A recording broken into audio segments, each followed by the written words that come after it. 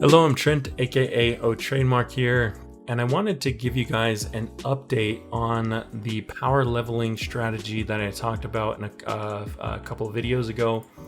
There were a few little confusing pieces of that video that I wanted to clarify and update and talk about in this video. So essentially how the power leveling strategy works is that you want to find a secret or a mythical fighter and you want to try and get Genius 3 onto that. So you can either roll for that with shards, or you can just, if you naturally hatch something like that, you're very lucky, but you want Genius 2 or, well, Genius 3 ideally, but it will also work with Genius 2 or even Genius 1 to an extent. But what's going to happen is today there's going to be the update, and it's going to most likely be a luck and an XP event plus a luck event, okay? And so if you watched, I'm going to upload 2 videos today. If you watch my other videos, you'll see that I said to trade and try and get as many boosts as you can for this weekend. What you want to try and be doing is using a luck boost and an XP boost as much of the weekend as possible. And you want to be spending, hopefully you have some yen saved up. If you don't, try and farm as much yen as you can prior to the event starting. But you want to get as much yen as you can, as many max opens as you can, and ideally you will be opening the entire, like from the event start all the way to Monday morning. So like 48 hours straight, basically, you're going to be opening, and you want to be fusing into the feeder unit that has Genius 2 or Genius 3. Okay, so here's an example of, I have this Abby here who is level 272. As soon as the update hits, I'm going to be fusing into her still, and I probably want to push her up to like 275 to 280, depending on what the level increase is, how many levels the increase is going to be for the new update. I want to push it as close to the level cap as possible without it slowing down, a ton. So the new spawn, the new units are going to spawn in at level 250 to 255, and you need to level your feeder unit at least 10 levels above that. Okay, that's like minimum, I would say, is to level your feeder unit to 265, which is 10 levels above summon unit. And then what you want to do is, once it's at 265, this is the point I needed to clarify on. Okay, the first thing you need to do after you have your unit leveled and ready to go into the incubator is you need to re-roll the passive on it. Okay, this is very important. You need to re-roll off of Genius, because I had never actually verified this, but I've had several players that have contacted me since my last video about it, saying that if you incubate a unit, if we incubate a unit like this with Genius 3, because Genius 3 requires less XP per level, it gives less XP per level in the incubator. So by incubating a Genius 3 unit, I'm losing 50% of the potential XP value, okay? So first thing, roll off of Genius 3. Next thing you want to do is you want to convert it shiny. Now this is the second thing that was confusing about my power leveling video, is that a lot of you were confused because I said, when you convert this shiny, you don't gain any XP. Well, you gain very, very minimal, basically nothing, to convert this from non-shiny to shiny. So people were like, well, why do it at all if it doesn't give you any XP? Well, that is because when you incubate it, so you've rolled off of Genius and now you're going to incubate it, incubation will give you additional XP. In fact, it will give you twice as much XP as you normally do. So you roll off of Genius, then you incubate the shiny version of your feeder unit, and you want to incubate this unit for about, it depends on like what level you level it up to. My plan is to level it or incubate it for about 5 days, maybe 4 days. So if I fuse into this the entire XP event, it's going to be like Monday morning or maybe Sunday night after I'm done playing. I will incubate it, and or after I'm done opening, I'm going to incubate it for about until that Friday, so that I can fuse it prior to next weekend's event, excuse me.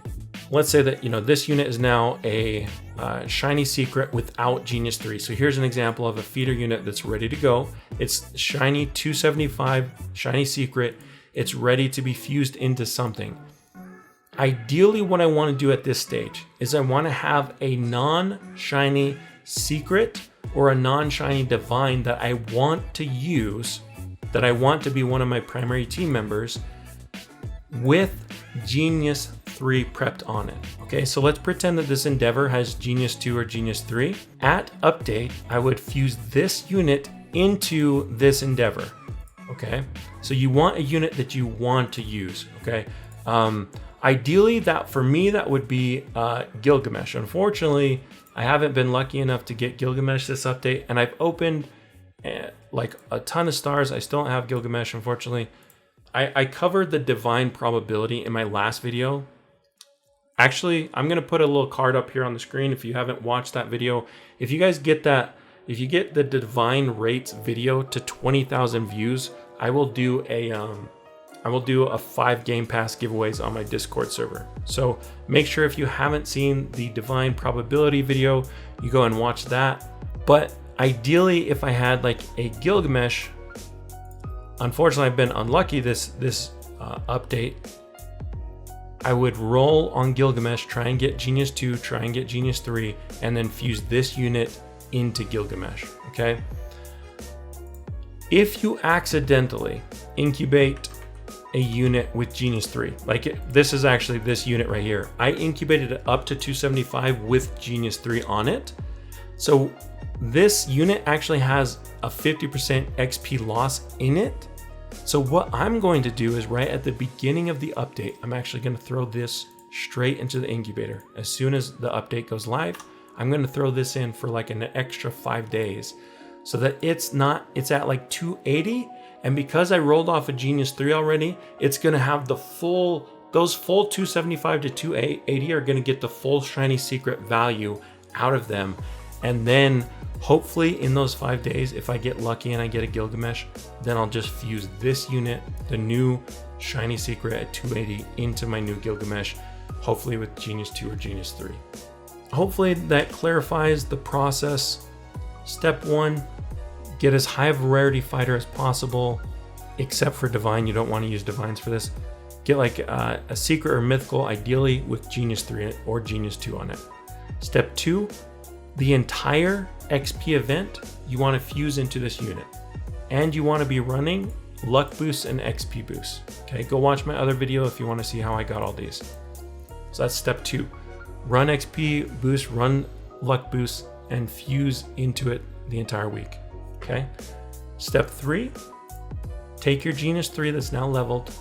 It should be at least 265, like I said.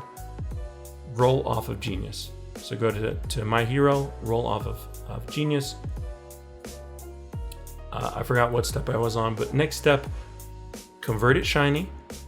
Next step, incubate it for at least 4 days, at least.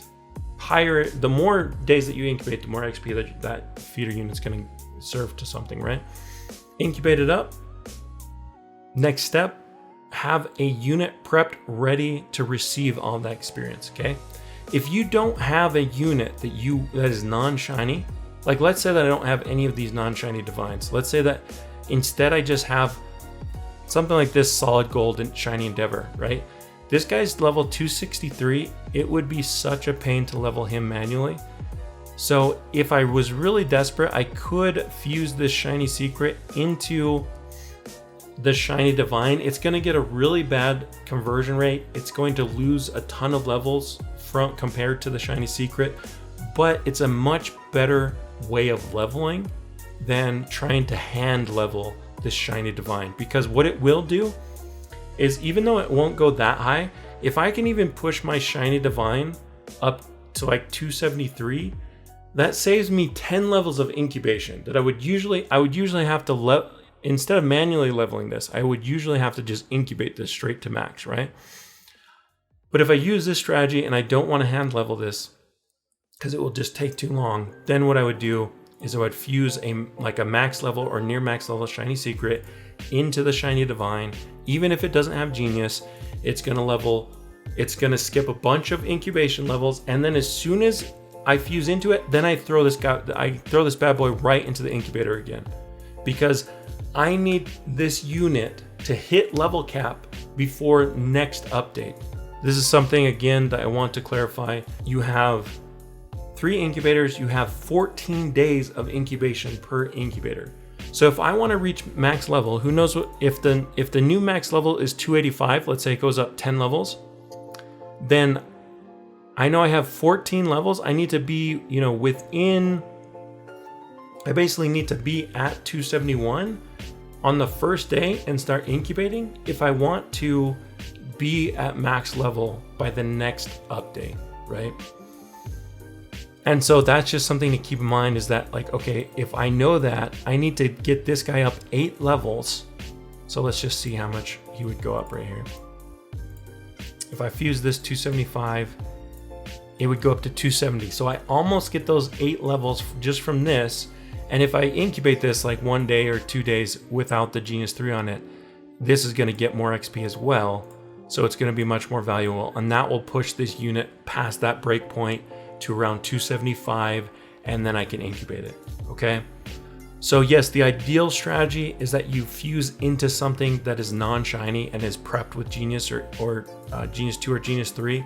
But what some people didn't realize about the last video as well is that's just the most efficient way. It's still better than manually leveling something like a shiny divine if you use this strategy, just because it's much easier. Again, you're basically taking advantage of pushing a unit up in its non-shiny Genius form, and then you're getting the value of it is when it's in the incubator without Genius as a shiny unit. That's where the actual value is being built. Just keep that in mind. I just need to clarify this because a lot of people were confused on that. But hopefully that helps you guys out, and hopefully you guys can get some high-level units as soon as possible.